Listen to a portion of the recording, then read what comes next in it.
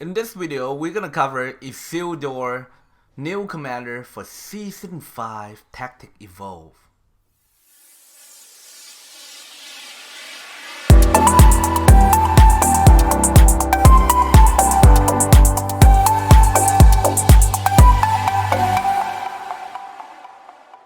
Maggots, Sleepynight Gaming. Today we are just gonna talk about these new commanders and all of his skill.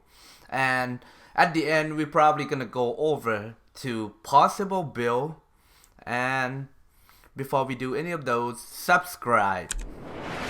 Alright guys, so we're just gonna start from R5, R3, and then R1 skill, right? So let's check it out. The last R5 skill is called the Last Alliance. All allies, the next instance of damage is received by 6% for one level, right? So it's gonna go up to 90% when the army include both men and elf, okay? And it will reduce every time you take the hit for 7 rounds, right? Okay, next we have Coalition. So men have a chance to gain the max high damage, okay, and the elf gain initiative. Initiative is mean you can attack first. So that is a pretty good buff for the soldier right there.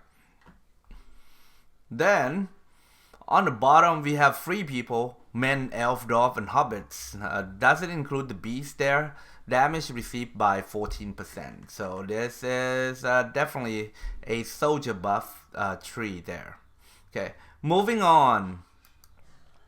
We have King of Dunedain, Ranger Dunedain, Ranger of the North, which is the Arnor T4. Each round, 3% chance to gain follow-up. So these one right here is every round. It's not like Witch King, like, you know, the first 2 rounds. Okay, for the evil men, it's 25%. For these one right here though, it's gonna be 45% to gain follow-up every round. And then all these like units gonna gain HP of 3. So that's like, it's not better than the evil men, but it's only range unit, and then it's you know, every round, so it's better. I don't know, 45% for every round, or like 75% first 2 rounds. Which one is better? But then again, this is sound very promising there. Then we have on the top, we have Dunedain Bloodline, men +2, so that will be +14, and defense will be +35 during combat. So it's pretty huge though, like +35 defense during combat. I mean, when are you not gonna use them in the combat? I mean, gathering, just it's, you're gonna have to be in fight, right? So basically, it's definitely all these skills gonna be always active. Okay, Champion of the Light, deal damage to orcs, uruk, and trolls. So this is definitely another good tree, which obviously buff soldier as well. Okay, and then this is like a huge buff for follow-up for King of all Dunedain. So, and then you're gonna deal damage. So this would be a very good combination. So let's check out the R0 skill. Okay, on the bottom we have Great King. Round 1, enemy deal minimum damage. This is like, you know, counter to the Witch King right there. For the round 1, you deal minimum damage. So if you're running like or alchemy, you're gonna hit the alchemy is like 4 to like what, 19 or something, so it's very wide range. However, you're just gonna deal at 4, which is it's gonna hurt a lot, man. I mean, it's gonna hurt Witch King a lot, or the alchemy running soldier. And then round 2 onwards, so basically for the rest of the, why do they say round 2 onward? I mean, you can say like for the rest of the, like the battles or something. All allies deal 1.4 effect modified by might stat and then last 3 rounds. Okay. Alright, let's check out what else we have. We have Consequences of Greed. First 1 round against enemy unit. Chance to inflict madness. So this one probably go up to like what, 70%? No, actually probably more. But yeah. So if you deal minimum damage and then you can also inflict madness in the first round, this is like, sounds so good, right? But it doesn't end there. Enfeeble. So basically, if you got madness on, you're gonna take extra damage and then add it on the R3 for the Champion of the Light. And then, wow, man, there's so many combinations for this build right here.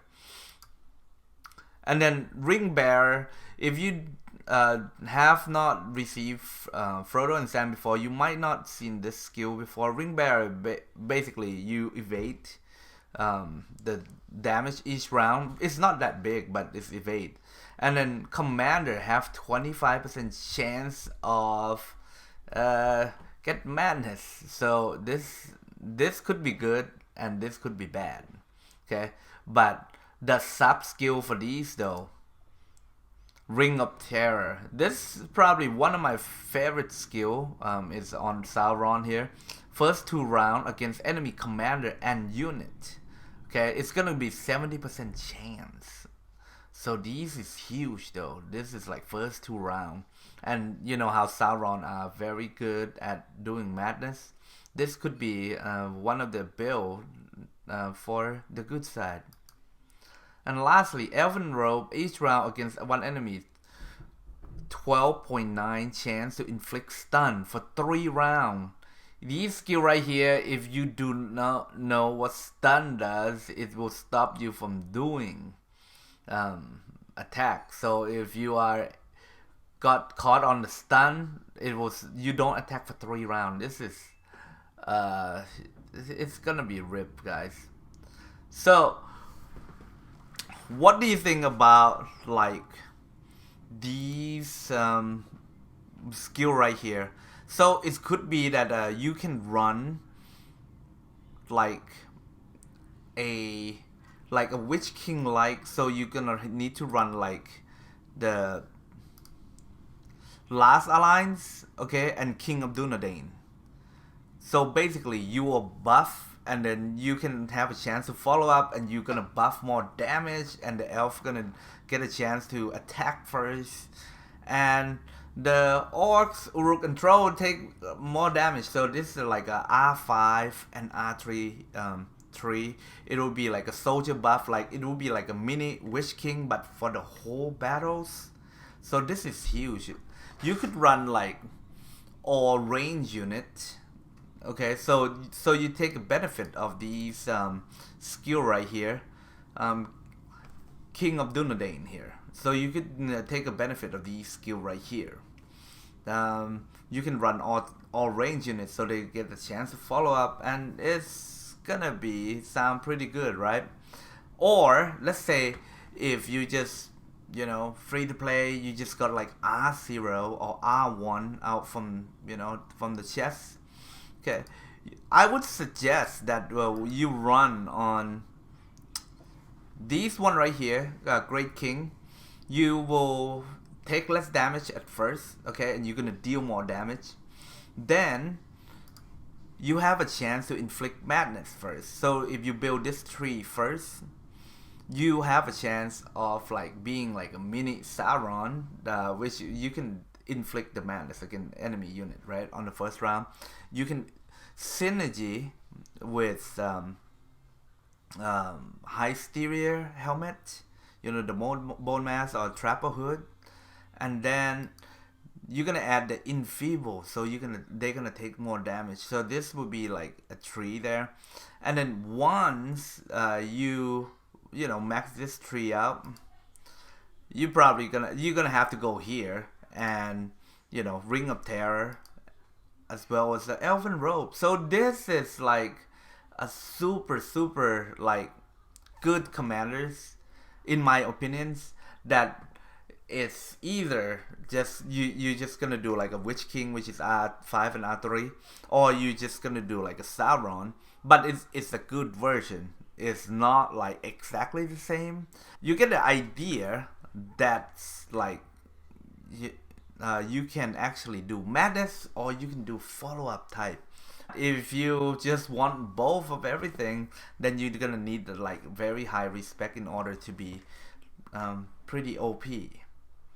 Personally, running men and elf, they don't have a very good like range unit. Like Ranger of the North is target like what range unit, and personally, I don't think. Actually, I don't really fight with Arnor. I mean, it's been 5 seasons now. It's very hard to see people actually come with Arnor. Last time I seen people play Arnor, we smashed them down with Mumakil in season 1. So yeah, man, that's how it is. So leave a comment down below. What do you think about this commanders? Are you gonna go hard and like super excited? Is he your favorite commander out of our Lord of the Rings, or with the lore and with the broken sword? So anyway, guys, I'll see you in the next content.